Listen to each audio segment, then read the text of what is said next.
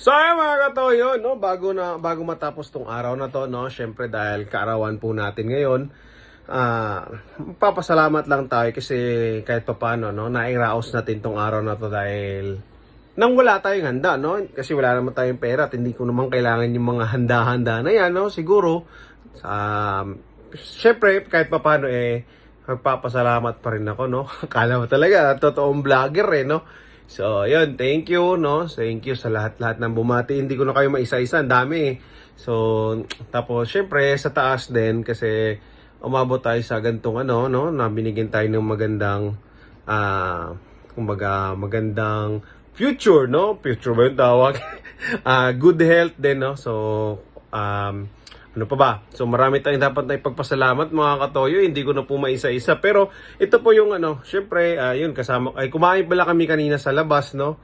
Sa lang, barbecue lang, ganon. Ganon lang naman yung celebration natin sa birthday natin.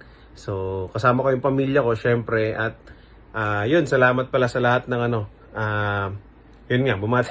Ang gulo-gulo ko Basta salamat sa lahat, no? Bago ko yung pala mga katoyo, no? Kasi syempre bago ko tapusin tong na to, video na to, no? Nagulat ako kasi may nagpadala sa akin ng ganito. Akala ko kung anong bouquet. Ayan, no? Tapos may pa na litrato ng ng anak ko, ayan. Tapos nag-expect ako na may pera, no? Worth 5,000. Meron ngang 5,000, ayan, no? Tagsi 50, 5 piraso. So, worth 250 pesos.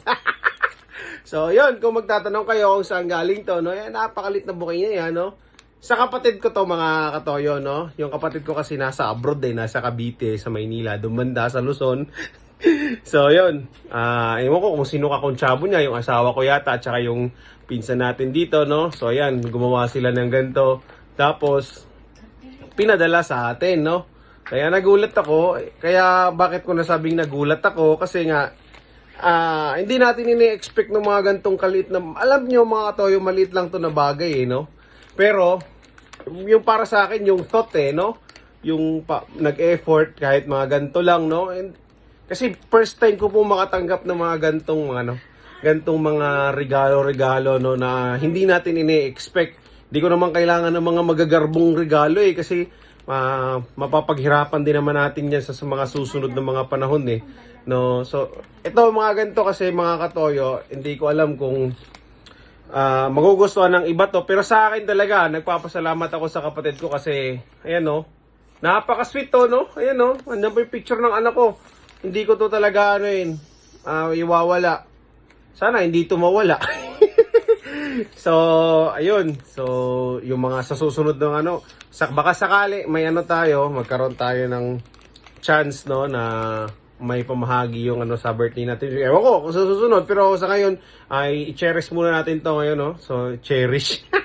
So, yun, thank you, no. Kapatid ko, hindi ko na sasabihin kung sino yung kapatid ko kasi ampon lang naman yun So, yun, thank you mga katoyo. Maraming salamat sa inyo, no. So, kanina bang binubuksan ko to, naiiyak ako Kaso nasa maraming tao kami, kaya hindi na lang.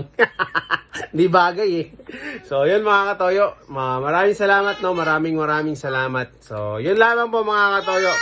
Thank you and God bless. Maingay ng anak ko So, salamat mga katoyo. Bye-bye. Wah.